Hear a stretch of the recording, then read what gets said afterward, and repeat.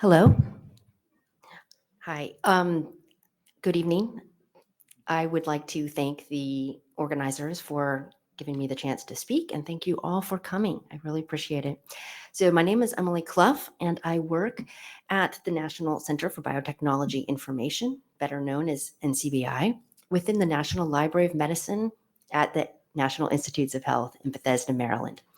Today, I'm going to be talking about a project that we are developing to make RNA-seq data more fair. And by fair, I am referring to the acronyms, so findable, accessible, interoperable, and reusable. So in this talk, I am going to be talking about what is RNA-seq data and why it's important, the stunning amount of RNA-seq data that NCBI contains, some of the barriers that we know exist that prevent RNA-seq data reuse, and this project that we are developing to create an RNA-seq analysis pipeline that produces consistently computed RNA-seq counts.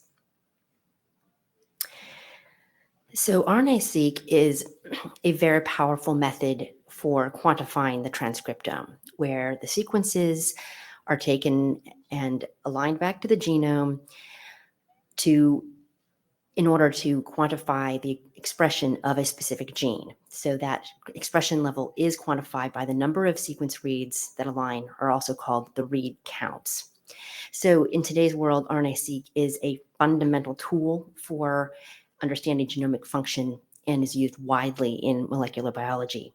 It is used for transcript identification and definition, and of course for differential expression analysis.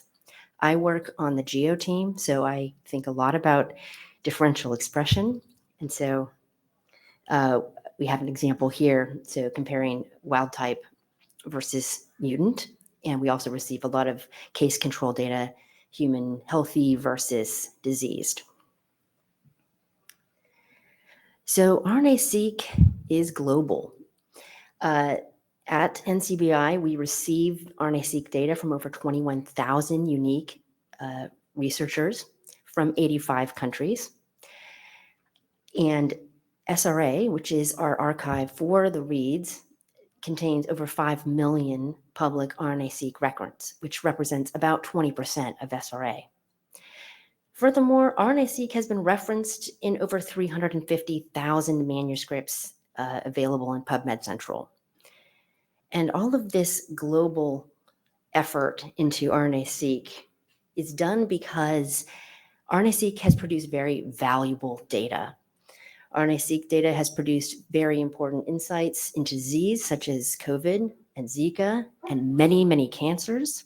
RNA-seq data is used for disease diagnosis and for target gene identification.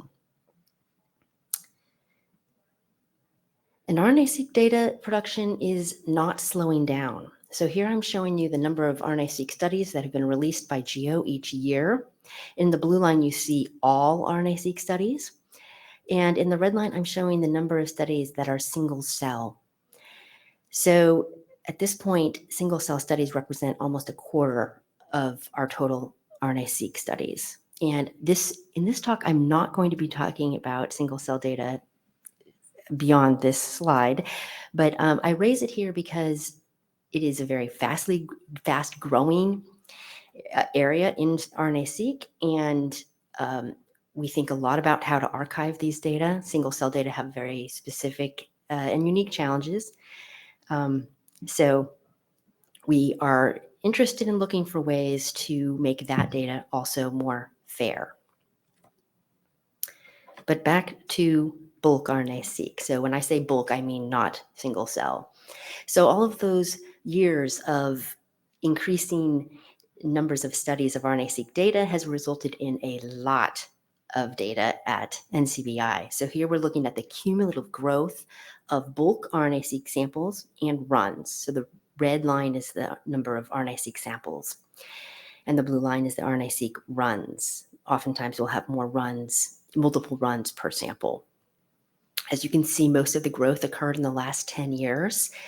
And at this point, we have over 2 million runs and samples. which represents almost 3 petabytes of data. So that is an absolutely incredible amount of data. But we don't want NCBI to solely be an archive. We don't want those data to sit there just waiting, hanging out. We want people to use these data. And we know they do. We know people download and reanalyze, and that is fantastic. But we want to encourage even more of that. However, we do know that there are barriers to RNA-seq analysis, and in particular to doing a reanalysis. So here I've summarized some of the issues that people face. And one of them is that the RNA-seq data file, the raw files, the FASTQ or the BAM, are large. The average size is 1.5 gigabyte per file. And of course, you're not just analyzing one file, you're analyzing many. So numerous samples and records per study that quickly grows the number of gigabytes you're working with. And of course, to actually handle all those gigabytes of data, you need sufficient computing, storage, and power. Not everybody has access to that. And doing an RNA-seq analysis also requires specialized computing knowledge. And again, that is not available to everyone. So to address these concerns and to promote data reuse, NCBI is producing an RNA-seq analysis pipeline that takes as input all of the human and mouse bulk RNA-seq samples, all the raw data, and aligning it all to the genome, producing the counts in order to produce consistently computed RNA-seq counts for millions of samples. So this project is we're hoping to alleviate the burden of working with the large files. I'll talk about how to find these files and where the data will live and can be accessed. But the availability of these reads will alleviate the burden of having to work with the huge files, having that sufficient computing power, and for one of our deployment methods, it will take away the need for the specialized knowledge of bioinformatics. So I'd like to just take a moment to think about all of these millions and millions of samples of RNA-seq data, the count data that we will be producing. And there's so much data, and this will lead to so many possibilities. So for example, you can imagine creating a huge control data set of runs from thousands of runs. And maybe this will be useful for an analysis where obtaining healthy control samples is very difficult. So this could be a boon to that sort of analysis. Of course, with this many samples, you can have enhanced statistical power. And this will also enable cross-study comparisons. We get numerous questions about how to do such cross-study comparisons in Geo. And once people can access these reads, they will be able to do that on their own. So my question for you is, what will you do with these data? So our goals for this pipeline are as follows. So we want to reduce the burden on the users. We want to increase access to a vast amount of data that scales so that you can analyze the thousands of samples and get the benefit of that power. And we wanted to promote data reuse and discovery. So here, let's just take a look at a schematic of the pipeline itself. So the data we take newly released bulk RNA-seq data in SRA. And so we have done the backlog of human and mouse. But as data are released, they will enter the pipeline. The runs are aligned to the genome with HiSat2.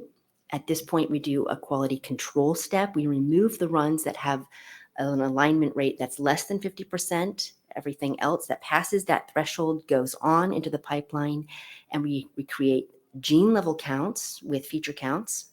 We do some more QC metrics, and then we will deploy these read counts via the cloud and through Geo.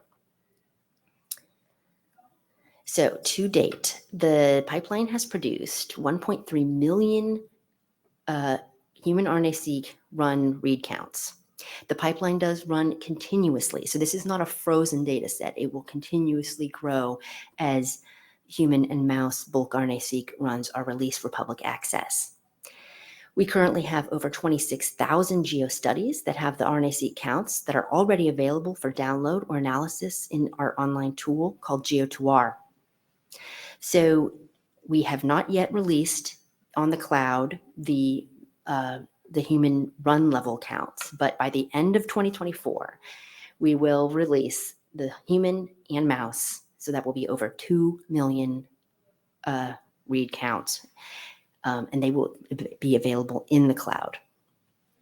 So what is this going to look like? In the cloud, you will be able to access this type of file. It is a TSV file with 2 columns. The first being on the left is the NCBI gene ID. The second column is the read count itself.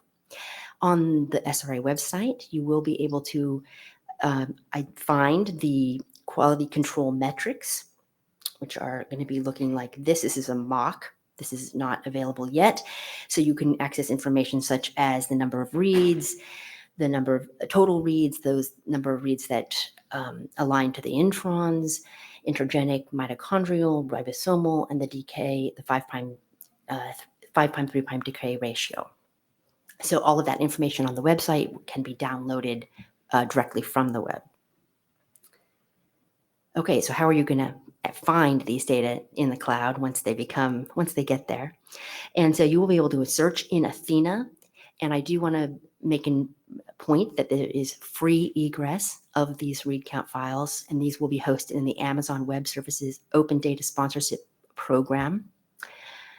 So you can also search for them on the SRA website, and they are going to be available as analysis objects with a SRZ accession ID.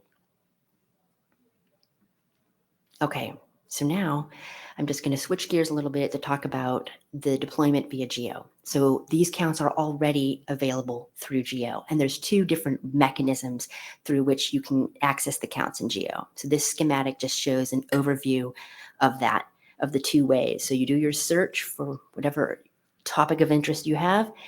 You can either download the counts to do your own analysis, or you can analyze the counts directly on our website through Geo2R.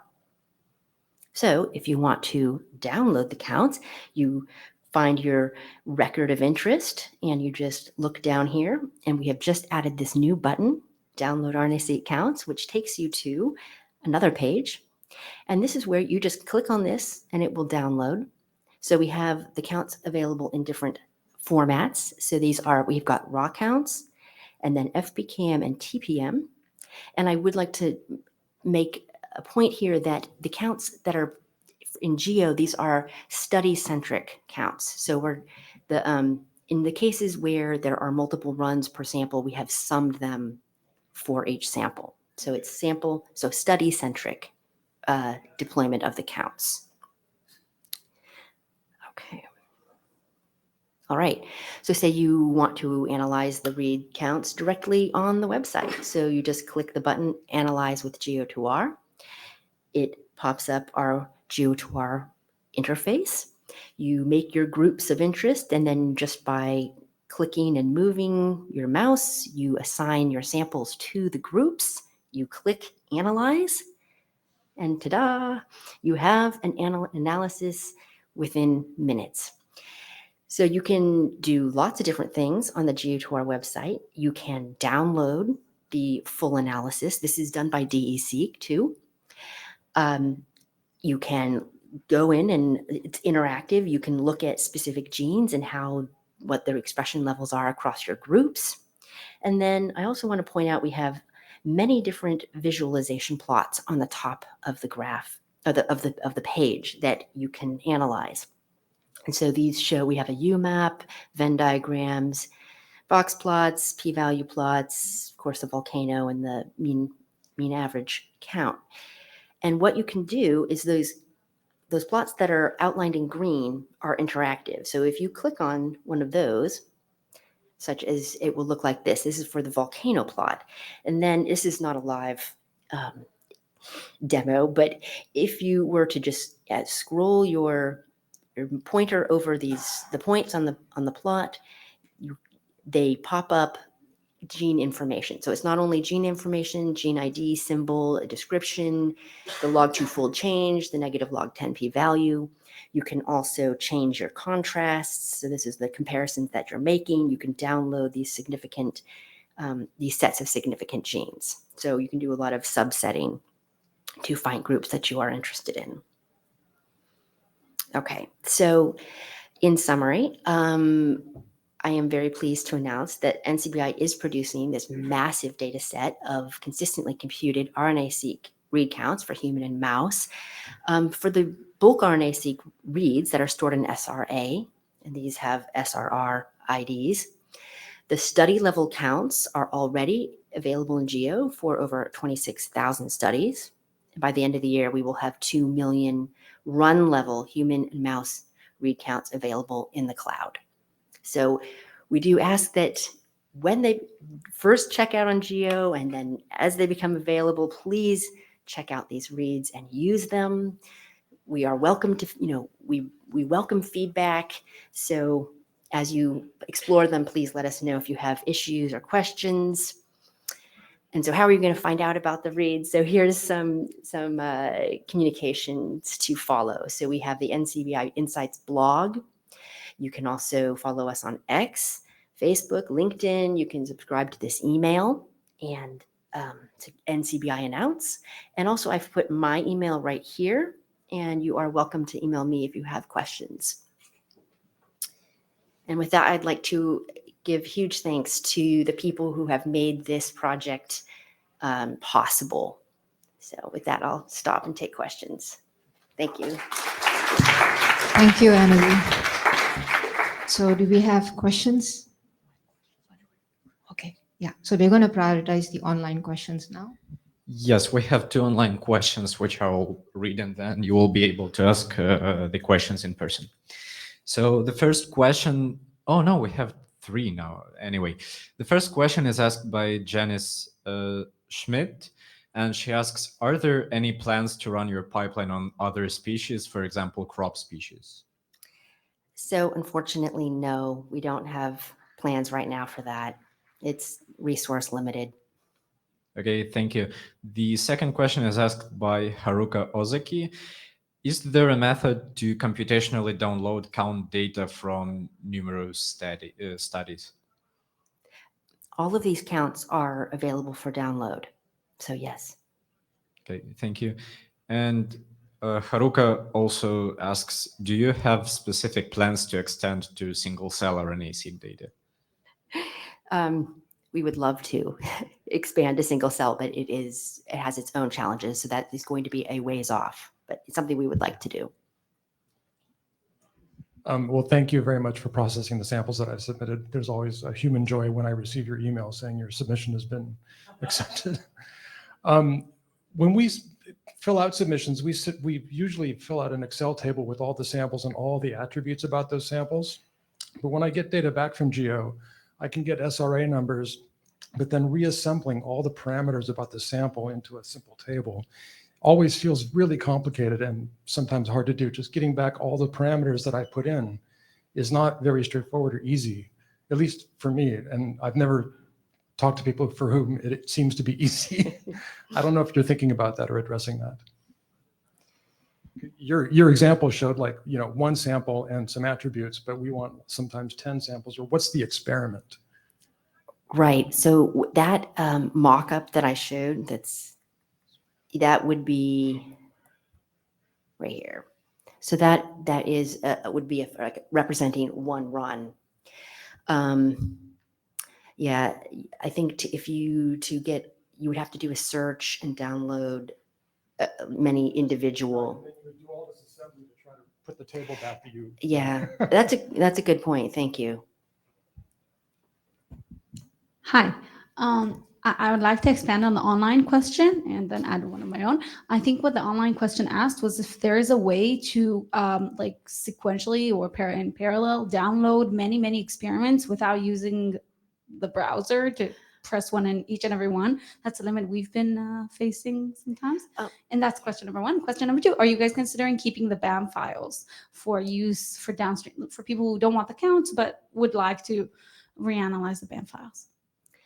Okay, so question number one. So yeah, there is API access. So yes, you can do, command line searches for bulk data. So yes, that is possible.